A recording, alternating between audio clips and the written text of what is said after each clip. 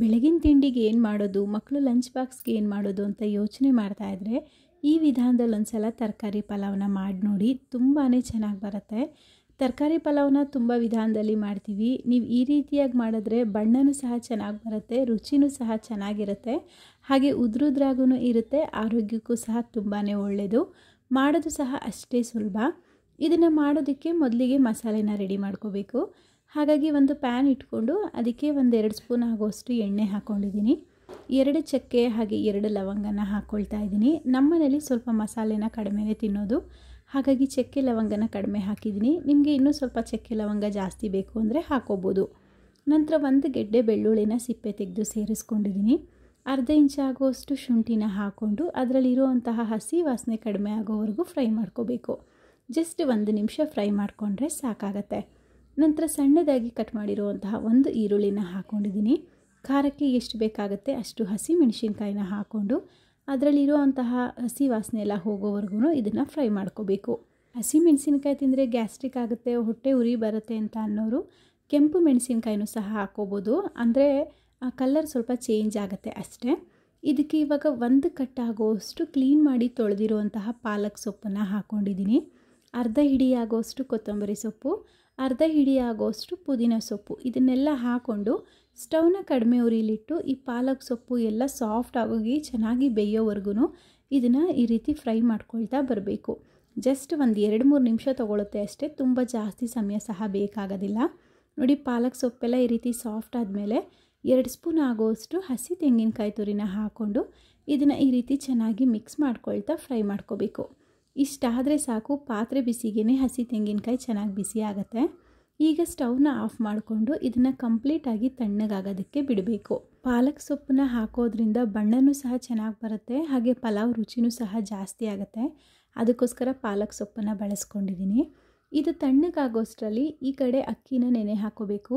ನಾನಿಲ್ಲಿ 2 ಗ್ಲಾಸ್ ಆಗೋಷ್ಟು ಬಾಸುಮತಿ ಅಕ್ಕಿನ ಹಾಕ್ಕೊಳ್ತಾ ಇದ್ದೀನಿ. ಬಾಸುಮತಿ ಅಕ್ಕಿ ಬದಲಾಗಿ ಜೀರಾ ರೈಸ್ ಅಥವಾ ಸೋನಾ ಮಸೂರಿ ರೈಸಲ್ಲೂ ಸಹ ಮಾಡ್ಕೋಬೋದು. ಅಕ್ಕಿಗೆ ಸ್ವಲ್ಪ ನೀರನ್ನು ಹಾಕಿ ಒಂದು 2-3 ಸಲ ಚೆನ್ನಾಗಿ ತೊಳೆದು ನಂತರ ಇದಕ್ಕೆ ಮತ್ತೆ ನೀರನ್ನು ಸೇರಿಸ್ಕೊಂಡು ಒಂದು 10 ನಿಮಿಷ ನೆನೆ ಹಾಕೋಬೇಕು ಅಷ್ಟೇ. ತುಂಬ ಜಾಸ್ತಿ ನೆನೆಯೋದು ಬೇಡ. ಬಾಸುಮತಿ ಆಗಿರೋದ್ರಿಂದ ಒಂದು 10 ನಿಮಿಷ ನೆನೆಸ್ಕೊಂಡ್ರೆ ಸಾಕಾಗತ್ತೆ. ಈ ಕಡೆ ಸೊಪ್ಪೆಲ್ಲ ಚೆನ್ನಾಗಿ ತಣ್ಣಗಾಗಿದೆ. ಜಾರ್ಗೆ ಹಾಕ್ಕೊಂಡು ರುಬ್ಬೋದಕ್ಕೆ ಎಷ್ಟು ಬೇಕು ಅಷ್ಟು ನೀರನ್ನು ಸೇರಿಸಿ ಇದನ್ನು ನುಣ್ಣಗೆ ರುಬ್ಕೋಬೇಕು. ನೋಡಿ ಯಾವ ರೀತಿ ಕಲರ್ ಎಷ್ಟು ಚೆನ್ನಾಗಿ ಬಂದಿದೆ ಅಂತ. ಈಗ ಕುಕ್ಕರ್ ಇಟ್ಕೊಂಡು ಇದಕ್ಕೆ ಒಂದು 4-5 ಸ್ಪೂನ್ ಆಗೋಷ್ಟು ಎಣ್ಣೆ ಹಾಕ್ಕೊಂಡಿದ್ದೀನಿ. ಎಣ್ಣೆ ಬಿಸಿ ಆಗ್ತಿದ್ದಾಗೇ 2 ಚಕ್ಕೆ, 1 ಲವಂಗ ಹಾಗೆ 2 ಏಲಕ್ಕಿ, ಪಲಾವ್ ಎಲೆ, ಮರಾಠಿ ಮೊಗ್ಗು, ಕಲ್ಲು ಹೂವು ಇದನ್ನೆಲ್ಲ ಹಾಕ್ಕೊಂಡು ಫ್ರೈ ಮಾಡ್ಕೊಳ್ತಾ ಇದ್ದೀನಿ. ಪಲಾವ್ಗೆಲ್ಲ ಸ್ವಲ್ಪ ಈ ರೀತಿ ಮಸಾಲೆಗಳನ್ನ ಸೇರಿಸ್ಕೊಂಡ್ರೆ ಘಮ ಚೆನ್ನಾಗಿ ಬರುತ್ತೆ. ಈಗ ಇಲ್ಲಿ 1-2 ಕಲ್ಲು ಹೂವನ್ನು ಹಾಕ್ಕೊಳ್ತಾ ಇದ್ದೀನಿ. ಈ ಕಲ್ಲು ಹೂವನ್ನು ಜಾಸ್ತಿ ಹಾಕ್ಕೊಂಡ್ರೆ ತುಂಬ ಜಾಸ್ತಿ ಮಸಾಲೆ ಫ್ಲೇವರ್ ಬಿಟ್ಕೊಂಡ್ಬಿಡುತ್ತೆ, ಹಾಗಾಗಿ 2 ಪೀಸ್ ಹಾಕ್ಕೊಂಡ್ರೆ ಸಾಕಾಗತ್ತೆ. ಸಣ್ಣದಾಗಿ ಉದ್ದನಾಗಿ ಕಟ್ ಮಾಡಿರುವಂತಹ 2 ಈರುಳ್ಳಿನ ಸೇರಿಸ್ಕೊಂಡು ಈರುಳ್ಳಿ ಎಲ್ಲ ಚೆನ್ನಾಗಿ ಸ್ವಲ್ಪ ಕೆಂಪಾಗೋವರೆಗೂ ಇದನ್ನು ಫ್ರೈ ಮಾಡ್ಕೋಬೇಕು. ಈರುಳ್ಳಿ ಎಲ್ಲ ಸ್ವಲ್ಪ ಚೆನ್ನಾಗಿ ಫ್ರೈ ಆದಮೇಲೆ ಇದಕ್ಕೆ ಕಟ್ ಮಾಡಿರುವಂತಹ 2 ಟೊಮೊಟೊನ ಹಾಕ್ಕೊಳ್ತಾ ಇದ್ದೀನಿ. ಮೀಡಿಯಮ್ ಸೈಜ್ ಇರುವಂತಹ 2 ಟೊಮೆಟೊ ಹಾಕ್ಕೊಂಡ್ರೆ ಸಾಕಾಗುತ್ತೆ. ತುಂಬ ಜಾಸ್ತಿ ಟೊಮೆಟೊನೂ ಸಹ ಹಾಕ್ಕೋಬಾರ್ದು, ಆಗ ಬಣ್ಣನೂ ಚೇಂಜ್ ಆಗುತ್ತೆ, ರುಚಿನೂ ಸ್ವಲ್ಪ ಬದಲಾಗುತ್ತೆ. ಹಾಗಾಗಿ 2 ಗ್ಲಾಸ್ ಅಕ್ಕಿಗೆ 2 ಟೊಮೆಟೊ ಸಾಕು. ಈಗ ಸ್ಟವ್ನ ಲೋ ಫ್ಲೇಮಲ್ಲಿ ಇಟ್ಕೊಂಡು ಟೊಮೊಟೊ ಎಲ್ಲ ಪೂರ್ತಿ ಸಾಫ್ಟ್ ಆಗೋವರೆಗೂ ಇದನ್ನು ಫ್ರೈ ಮಾಡ್ಕೋಬೇಕು. ಟೊಮೊಟೊ ಪೂರ್ತಿ ಸಾಫ್ಟ್ ಆದಮೇಲೆ ಇದಕ್ಕೆ ಕಟ್ ಮಾಡಿರುವಂತಹ ತರಕಾರಿಗಳನ್ನ ಸೇರಿಸ್ಕೊಳ್ತಾ ಇದ್ದೀನಿ. ನಾನಿಲ್ಲಿ ಕ್ಯಾರೆಟು, ಬೀನ್ಸು ಹಾಗೆ ಆಲೂಗೆಡ್ಡೆನ ಹಾಕ್ಕೊಂಡಿದ್ದೀನಿ. ನೀವು ಬೇಕಿದ್ದರೆ ಇದಕ್ಕೆ ಹೂಕೋಸು ಹಾಗೆ ಗೆಡ್ಡೆಕೋಸು ಇದನ್ನು ಸಹ ಕಟ್ ಮಾಡಿ ಸೇರಿಸ್ಕೋಬೋದು. ತರಕಾರಿನೆಲ್ಲ ಸ್ವಲ್ಪ ಈ ರೀತಿ ಫ್ರೈ ಮಾಡ್ಕೊಳ್ತಾ ಇದ್ದೀನಿ. ಅದರಲ್ಲಿರುವಂತಹ ಹಸಿ ವಾಸನೆ ಎಲ್ಲ ಕಡಿಮೆ ಆಗಿ ಒಂದು 10% ಅಷ್ಟು ನಮಗೆ ಇದರಲ್ಲೇ ಫ್ರೈ ಆಗಬೇಕು. ಆ ರೀತಿ ಫ್ರೈ ಮಾಡ್ಕೊಂಡ್ಮೇಲೆ ರುಬ್ಬಿಟ್ಟಿದಂತಹ ಮಸಾಲೆನ ಸೇರಿಸ್ಕೊಳ್ತಾ ಇದ್ದೀನಿ. ಮಸಾಲೆ ಸೇರಿಸಿದ್ಮೇಲೆ ಇದನ್ನು ಚೆನ್ನಾಗಿ ಫ್ರೈ ಮಾಡ್ಕೋಬೇಕು. ಆ ಮಸಾಲೆಲಿರುವಂತಹ ನೀರಂಶ ಎಲ್ಲ ಬಿಟ್ಟು ಚೆನ್ನಾಗಿ ಫ್ರೈ ಆಗಿ ಎಣ್ಣೆ ಬಿಡುತ್ತೆ, ಅಲ್ಲಿವರೆಗೂ ಇದನ್ನು ಫ್ರೈ ಮಾಡ್ಕೊಂಡಿದ್ದೀನಿ. ಇವಾಗ ಇದಕ್ಕೆ 3 ಲೋಟ ಆಗುವಷ್ಟು ನೀರನ್ನು ಸೇರಿಸ್ತಾ ಇದ್ದೀನಿ. ನಾನು ಬಾಸುಮತಿ ಅಕ್ಕಿನ ಮೊದಲೇ ನೆನೆಸಿರೋದ್ರಿಂದ ಹಾಗೆ ಬಾಸುಮತಿ ಅಕ್ಕಿಗೆ ನೀರಿನ ಪ್ರಮಾಣ ಕಡಿಮೆ ಹಾಕೋಬೇಕು. ಹಾಗಾಗಿ 2 ಲೋಟ ಅಕ್ಕಿಗೆ 3 ಲೋಟ ಆಗುವಷ್ಟು ನೀರನ್ನು ಹಾಕ್ಕೊಂಡು ರುಚಿಗೆ ಎಷ್ಟು ಬೇಕಾಗುತ್ತೆ ಅಷ್ಟು ಉಪ್ಪನ್ನು ಸೇರಿಸಿ ಕುದಿಯೋದಕ್ಕೆ ಬಿಡಬೇಕು. ಕುದಿ ಬಂದಮೇಲೆ ನೆನೆಸಿರುವಂತಹ ಬಾಸುಮತಿ ಅಕ್ಕಿನ ಹಾಕ್ಕೊಳ್ತಾ ಇದ್ದೀನಿ. ನೀವು ನಾರ್ಮಲ್ ಸೋನಾ ಮಸೂರಿ ಅಕ್ಕಿನ ಬಳಸಿದ್ರೆ ಅದನ್ನು ಒಂದು 15 ನಿಮಿಷ ನೆನೆಸಿ ನಂತರ ಅದಕ್ಕೆ 3.5 ಲೋಟ ಆಗುವಷ್ಟು ನೀರನ್ನು ಸೇರಿಸ್ಕೊಂಡ್ರೆ ಅನ್ನ ಉದ್ರುದ್ರಾಗತ್ತೆ. ಅಕ್ಕಿನ ನೆನೆಸ್ದೆ ಮಾಡ್ತೀನಿ ಅಂತ ಅಂದರೆ 2 ಲೋಟ ಅಕ್ಕಿಗೆ 4 ಲೋಟ ನೀರನ್ನು ಸೇರಿಸ್ಕೋಬೇಕಾಗತ್ತೆ.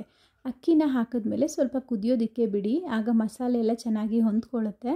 ಅಕ್ಕಿ ಎಲ್ಲ ಚೆನ್ನಾಗಿ ಕುದಿ ಬಂದಮೇಲೆ ಲಿಡ್ನ ಕ್ಲೋಸ್ ಮಾಡಿಕೊಂಡು 2 ವಿಷಲ್ ಕೂಗಿಸ್ಕೋಬೇಕು. ನಾನಿಲ್ಲಿ ಸ್ಮಾರ್ಟ್ ಕುಕ್ಕರ್ ಬಳಸ್ತಾ ಇರೋದ್ರಿಂದ 1 ನಿಮಿಷಕ್ಕೆ ಟೈಮರ್ನ ಸೆಟ್ ಮಾಡ್ಕೊಳ್ತಾ ಇದ್ದೀನಿ. ನೀವು ಕುಕ್ಕರಲ್ಲಿ ಮಾಡೋದಾದರೆ 2 ವಿಷಲ್ನ ಕೂಗಿಸ್ಕೊಳ್ಳಿ, ಆಗ ರೈಸ್ ಕರೆಕ್ಟಾಗಿರುತ್ತೆ. ಅಕ್ಕಿ ಹಾಕಿದಾಗ ನೀರು ಕುದಿ ಬರೋದಕ್ಕಿಂತ ಮುಂಚೆನೇ ಕುಕ್ಕರ್ ಲಿಡ್ನ ಕ್ಲೋಸ್ ಮಾಡ್ಕೊಂಡ್ಬಿಟ್ರೆ ನಮಗೆ ಮೇಲೆಲ್ಲ ತುಂಬ ಮಸಾಲೆ ಎಲ್ಲ ಉಳ್ಕೊಂಡ್ಬಿಟ್ಟು ಕೆಳಗಡೆ ವೈಟ್ ರೈಸ್ ರೀತಿ ಬರುತ್ತೆ. ಹಾಗಾಗಿ ನೀರು ಕುದಿ ಬಂದ ಮೇಲೇ ನಾವು ಕುಕ್ಕರ್ ಲಿಡ್ನ ಕ್ಲೋಸ್ ಮಾಡಿಕೊಂಡ್ರೆ ಅನ್ನ ಚೆನ್ನಾಗಾಗೋದು.